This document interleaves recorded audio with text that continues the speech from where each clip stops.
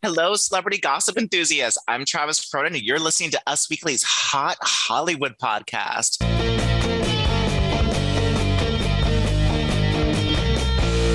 Today, I'm joined by my two amazing co-hosts, the woman who should have gotten to Prince Harry first, Gwen Flamberg. I mean, how could he not have fallen for me? Hey, guys. Still asking myself the same question, GF. And the lady who is keeping Hallmark movies in business, Sarah Huron. And I can't wait to talk about a meet cute that should probably spark a new kind of Hallmark movie very shortly, Travis. Hello. A meet cube? A meet cute. A meet cute.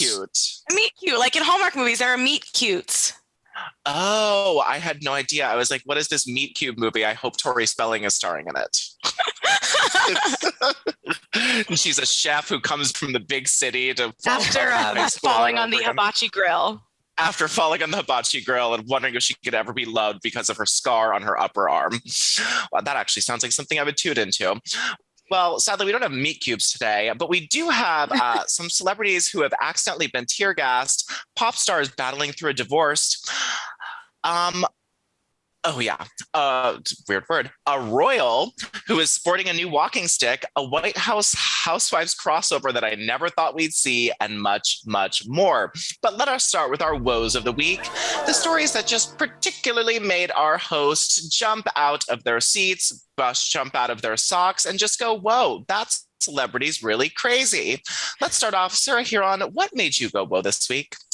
Okay, so to call it back to 5 seconds ago, the meet cute that I want to discuss was revealed in Megan Fox and Machine Gun Kelly's insane GQ cover story. Just when you think these two, are maybe going to take a break from the press circuit, or maybe going to stay home, I don't know, they come out with another ridiculous cover or outfit or sighting, and this GQ story I think kind of takes the cake because they did the GQ couple quiz, and they opened up about how they met, which we know was on the set of this Randall Emmett movie. That's all great. But these quotes, and this is Megan Fox speaking. I don't remember your face, and I definitely would have remembered his face. I just remembered this tall, blonde, ghostly creature, and I looked up and I was like, you smell like weed. He looked down at me and he was like, I am weed. I am weed. Then, I swear to God, he disappeared like a ninja in a smoke bomb. I Am Weed by Machine Gun Kelly. I Am Weed, the new single coming from Machine Gun Kelly, hopefully. And I've seen the memes going around social media that's like, ladies, we need to have higher bars for ourselves when they're like, the most romantic thing a guy has ever done is say, I am weed, and then disappear into a cloud of smoke. I mean, these two just are on another planet. And, poor Brian Austin Green and Sharna did get eliminated from Dancing with the Stars just this week, which was very upsetting. For me personally, my girl Olivia Jade almost getting 10. She's killing it. But yeah, so they're on the cover of GQ, and the other couple is now no longer in the ballroom, and I just can't wait to see what happens next. God, everybody's just up in smoke, aren't they? And Flamberg, if someone said to you, I am weed, would you consider that a viable pickup option for someone to have dinner with you? I have to say that would be kind of a turnoff because, I'm not going to throw a gummy edible out of bed. I don't really like the smell of weed. There's nothing really sexy about it. Ew. No, it is not. But thank you, Megan Fox, for that piece of gold in pop culture that will be ingrained in my brain until the day I die. Gwen Flamberg, what made you go well this week? Well, guys, this isn't about a celebrity who's crazy, just crazy hot.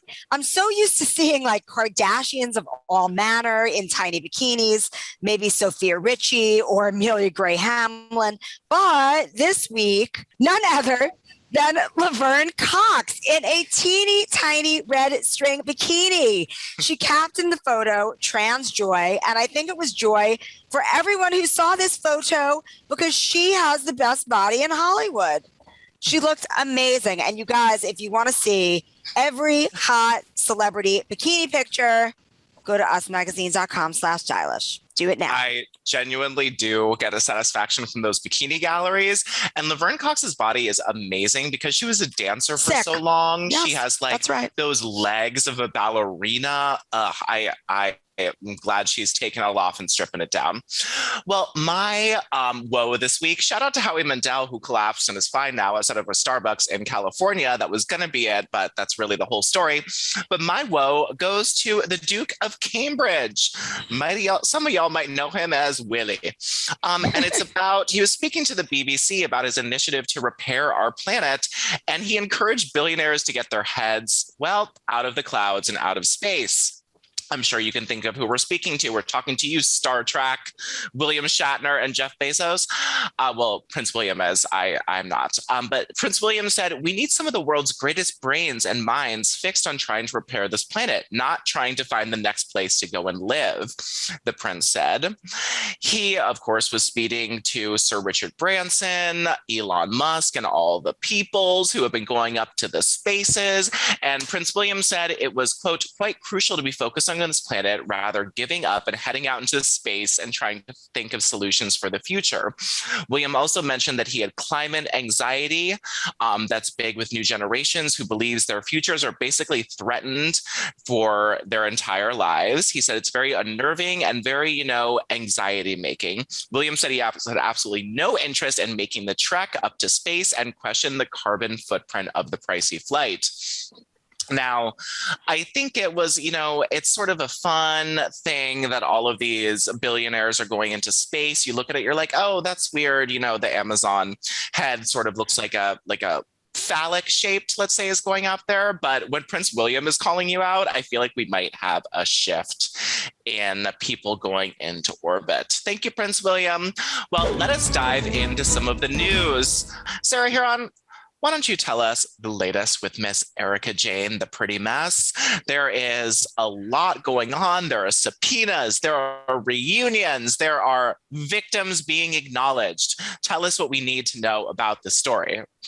Yes, the Real Housewives of Beverly Hills season 11 reunion officially kicked off. And while it was definitely good and there's so much to come and to unpack there, which we will be doing every week, I'm sure, the bigger news, I think, in Erika land came from some of the lawyers the lawyers on this case love doing an interview. They love some press, which kind of cracks me up, whether it's Erika's lawyer or the bankruptcy trust who are suing Erika. They're always giving statements. The latest is the Jay Edelson, who was the lawyer who filed the class action lawsuit, his firm, against Erika and Tom back in December. I can't believe it's been almost a year since all of this started blowing up. And his big thing, he confirmed that Erika, they subpoenaed Bravo to get unaired footage of Erika that they are planning to use against her, and kind of said in court, they said, you can say whatever you want on TV, but under oath, you have to say, you can't lie. And she's contradicting herself. And there are things, they're saying that are giving them leads. One of the things he pointed out was Erika saying that she talked to Tom's former partners at the time, saying she thought he was kind of losing it mentally, which the lawyer was suggesting, maybe she said it to try to cover his tracks, but in actuality, it just makes her look worse, because then it's okay, so why were you still letting him handle business and money? And everyone at his firm, why were you still letting him be whatever? It kind of gives Tom an out almost. So there's a lot to unpack there. And of course, her salary has been a huge topic of conversation as well, because Erika, in the trailer, Andy Cohen was saying, I know how much you make. Why didn't you leave him sooner? And the New York Times has reported that she made $600,000 for season 11 of Beverly Hills. And sources are telling us she will be back for 12 and she will be getting a salary bump. Oh my God. Well, I'm glad she has a big income coming from somewhere. And all I have to say to that is Tom's house was broken into and he confronted the accuser and now has to have eye surgery. And then my son ran over and flipped his car on the way. So yeah, I'm having a busy week. Oh my God, you memorized it. Thank you. Yes, I did. I've been seeing it on TikTok for so long that I now know it verbatim. Iconic. Yeah, no, I think the best of the reunions are going to be good. They just started to dabble, but you can tell she's on edge and you can tell Andy is going to grill her. And I'm so excited. Me too. Me too. Yes, we will be discussing all things Real Housewives of Reunion for all of those who celebrate and all of those who do not. I am so excited to talk about this story. I was gagged and gooped. It would have been my woe if I didn't want to talk about it so much more. Sarah Huron, please tell me about Megan King Edmonds and why Dr. Jill and Joe Biden were at her third nuptials. I think you mean Meghan King Owens. Oh, so sorry, Meghan King Owens. Meghan King Owens. It can get confusing. You know, when we met the former Orange County, Real Houses of Orange County star, she was Meghan King Edmonds. Then she became Meghan O'Toole King, totally went back. And now she is Meghan King Owens. Yeah, that's right, you guys. Meghan King married Joe Biden's nephew, Cuff Owens, and they have known each other for less than a month. Sources have confirmed to Us Weekly. Meghan and Jim broke up in 2019, just finalized their divorce though in May. It got super messy. He is also engaged to someone else. Meghan has had 2 other boyfriends be in and out of the picture, brief dating, and then her and Cuff connected on a dating app, and it was love at first swipe, and they flew to see each other, and they met each other's families within a week. She has 3 kids under the age of 4. I assume he was a natural because they were all at the wedding, and 50 people were at this Columbus Day / Indigenous People Day nuptials on Monday. And it was a hilarious the way the world found out, because the White House updated Joe Biden's schedule to say that he would be at a wedding in Pennsylvania. And then to say it's Cuff to Meghan King was like, whoa, whoa, whoa. Like Bravo fans were freaking out. And are we sure it's pronounced Cuff and not no idea. Cuffy? No, I think it's Cuffy. Like Cuffy. I think it's Cuffy Owens. I thought it was Cuff. All right. I think it's a nickname of sorts. I don't know. Cuffy. I want to know. I was just walking around the house screaming to my boyfriend, who doesn't really follow celebrity, gossip like that. And I was like, Joe and Dr. Jill were at a former Real Housewife of Orange County's wedding. It is just shocking, and I never thought I'd see. And then, 3 weeks of dating, I guess, when you know, love at first swipe, as you said, and all of that. I'm really happy for them. The 2 pictures of them that we've seen, they look very happy. And, they walked down the aisle together. So something is right, but I am aghast. I have a shady question, if I may. Please. Of course. Madison LaCroix engaged to her boyfriend of 7 months. Christina Hack engaged to her boyfriend of less than a year. Meghan King married to Cuff Owens after 3 weeks. Which couple are you giving the best shot to make it? Oh, that is very, very hard. God, none of them, I guess. That was the right answer, Travis Cronin. Ding, ding, ding. Not a single one. I don't know. First, I'll just say Christina Hack for no other reason than she seems the most down to earth of all of the brides and sort of the less chaotic in her relationships. But none of them is my final answer. Okay. It's third wedding for both Christina and Meghan, and it'll be second for Madison LaCroix. So I'll give it to Southern Charm, because she also, got it out of her system maybe with the A-Rod drama. We've never met the guy. I don't even know his last name. It's like he's not even on her social. So maybe Madison finally figured it out. I don't know. Good luck to Madison. Good luck. Maybe, he is related to a royal or a president, and they will be at that wedding, and we can get a Southern Charm White House crossover. That apparently is things happening right now. Gwen Flamberg, let us keep it across the pond. And the Queen is sporting a brand new accessory that she has been seen out and about with us. Tell us about her new piece of her fit that she is stunting on the gram. You're not talking about a matching hat to her coat, or perhaps the handbag that she always carries, or yes, the umbrella. Indeed. Sometimes she has an umbrella. Yes, indeed. This week she was going to a service at Westminster Abbey, and she was carrying a walking stick. This made world news, you guys, but newsflash, she's 95 years old. It's okay if she'd like to walk with a walking stick for, quote, comfort, which is what sources say is why she was walking with the walking stick, or otherwise. And quite honestly, I just love to see her, because even with the walking stick, as she has been these last few weeks, even months, all smiles, you guys. She's in a great mood. She was in a beautiful royal blue hat and coat, and she had a walking stick.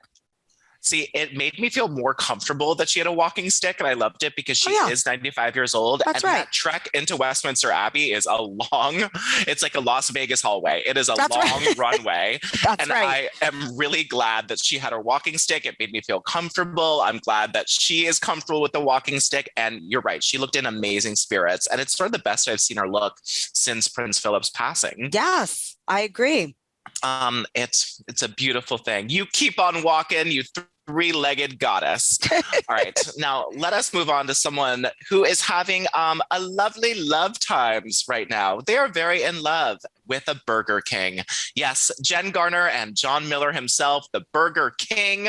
We have heard from a source that they are, quote, serious and totally set on a long-term future together. The source adds they have taken their time to get this committed, and for a good while it was important for both of them to focus on their kids and enjoy their time together in a low-profile way. Their friends believe it's a case of when versus if they announce an engagement, but they're being quite old-fashioned and respectful until that happens, and it's unlikely they've lived together before things are formalized. In the meantime, they've been enjoying romantic vacations together, weekends away, date nights. The source says it's hard to remember Jen this happy. She definitely feels safe and secure with John, and who's unlike anyone else she's ever dated. He's hugely successful in his own right, and she loves his mature and measured take on life. Being with someone as down to earth and calm as John is exactly what Jen needed in a partner. Now, on this podcast, we love to see someone break up the celebrity and date a businessman. Yes, that is what we love to see. Gwen Flamberg, were you happy about this Burger King update? Is this how you would like to have it your way? It in fact is. Flame broiled is always best. But truly, I have said it a gajillion times on this podcast and elsewhere. I think that this is the exact type of person that Jen Garner should be with. Someone who's stable, someone who's a little bit outside the business, someone who she can just enjoy life with and not having to constantly be under the scrutiny of the paparazzi. And, when they kind of took a little break, I was sad about it. And so I'm very happy to hear that this relationship is on the go. Nice. Are you doubling down on this Whopper, Sarah Huron? I certainly am. I love an Impossible Whopper actually during my on and off vegetarianism. And I love Jennifer Gardner. She means so much to me, and I'm just happy she's happy. And I like to hear good things about her, especially as, Ben and Jen just continue to step out and kind of dominate the headlines in the news and look great doing it. That picture she posted from his movie premiere, looking back at him. It's these two, I feel are so serious. So I'm happy that Jennifer Gardner is also, living her best life with John Miller. Me too. And is there anyone better at showing up to a red carpet than Jennifer Lopez? No. She's never missed. Every single time she looks fantastic. It is a skill, and she has her PhD in the red carpet world. True. Oh, well, speaking of PhD in red carpet world, Sarah Huron, why don't you tell us about Kim Kardashian and Kanye West and sort of what's going on? The Kardashians are known, whether it be weird, whether it be inspiring, to stay really, really good friends with their exes, their baby daddies, all of that in non-conventional ways. What are we hearing about Kim Kardashian, Still West, and Kanye? Sorry, Ye is his name. That is his name. Yeah. No, I mean, you're so right. The Kardashians are known for their amazing ability to co-parent and keep people in the family that are cheaters or, maybe made inappropriate comments about abortions and everything like that. And you have to admire it. And they always cite, Kris and the late Robert Kardashian as their example. And I always love that. But you guys, Kim on SNL was everything. I have not been able to stop talking about it. I cried in the Las Vegas airport watching the clips. I mean, there was a hangover involved, but I really got emotional. I was so proud of Kim. I love anytime a Kardashian succeeds in doing something that people just assume they're going to fail at. It makes me so happy. I can't even explain it. And I thought the monologue was great. I mean, obviously, no, they don't write this stuff, you guys, but no SNL host does. That's not how it works. So I hate that criticism. I'm so happy for Kim. And Kanye was by her side, and he helped her, a source told us, help her pick out her outfit that she was going to wear, knew about the monologue, knew about the jokes that she was going to make, including the ones at his expense. She talked about how he was the greatest rapper of all time. So why would you ever divorce him? Oh yeah, his personality. She took digs at everyone basically in her family. And Kanye was in the know, and they will continue to work together and collaborate. But the divorce is still moving forward. So I think people get confused and probably just assume they're back together, but there's no romantic things going on from everything we're hearing. They're just very much intertwined in each other's businesses. Yeah, Gwen Flamberg, I'm starting a new segment right now. Is this wonderful or weird how well they're co-parenting and how much time they're still spending together as exes? Interesting with these two, it's really a tie. It's both wonderful and weird. I wish I knew what was really going on with them because that I find personally perplexing. But any couple who can live separately, be separate, and also like be together for their kids is like pretty spectacular. Of course, it takes a lot of handlers and money to do this, and they've got that. That is a very good point, Gwen, that when you have a bunch of assistants, nannies, managers, it is a lot easier to co-parent with a team around you versus just yourself. I was actually really impressed with her on SNL. She was way more entertaining than I expected she was going to be. And I mean, was that Bachelorette skit made for me or made for me? Tyler Cameron, Kim, Jesse Williams, aka Jackson from Grey's Anatomy, Chase Crawford, aka Nate from Gossip Girl. It was like everything. Yeah, I assumed you had a hand in writing that, Sarah. I wish. Call me SNL. I guess they don't need me. There's other basic girls around on that set.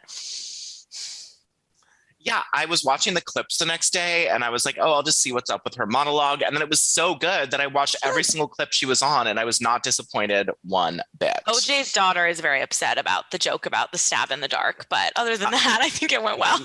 You know. Yes, I did see that. Nicole Brown's sister was upset about it. Was? Okay. Yeah. I thought it was OJ's daughter. It's Nicole Brown. Okay, that makes Nicole Brown's sister, yes, noticeably upset. So sorry to Nicole Brown's family that you're still going through this and that OJ is still on the loose.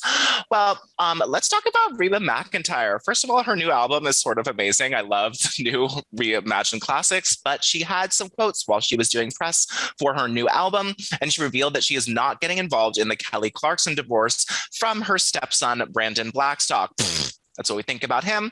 But she is, quote, praying for them both. Reba said, Kelly and I do talk, we text, and I love them both, so I can't play favorites because I've been a friend of Kelly for a long time. She added, Brandon's been my son forever, it seems. Although he's my stepson, I still love him like he's my total, my blood. I'm praying for them both because I love them both. I thought this was a really cute quote from Reba, but also sort of really sad that she is in the middle of this divorce and we were wondering what side she's taking. And I was just really glad by these quotes to hear that she is still talking to Kelly and that Kelly still has Reba in her life because we know how close they were throughout their whole marriage, which sadly has ended. So happy for Reba and the Blackstock family if your name isn't Brandon. I kind of wanted Reba to just be like totally Team Kelly, but like this is nice. Yes, I agree. I wanted her to be like, my stepson sucks. But she didn't. Well, thank you to my hosts, Zac Efron's rumored new girlfriend, Sarah Huron, and Gwen Flamberg for helping me spill all of this piping hot celebrity this week. Again, this is Travis Cronin on Us Weekly's Hot Hollywood podcast with your weekly peek into the glamour, glitter, fashion fame of your favorite celebrities. After all, everyone say it with us. They're just like us. I hope you guys did better than we did, and we'll be back next week. We will see you then. Bye.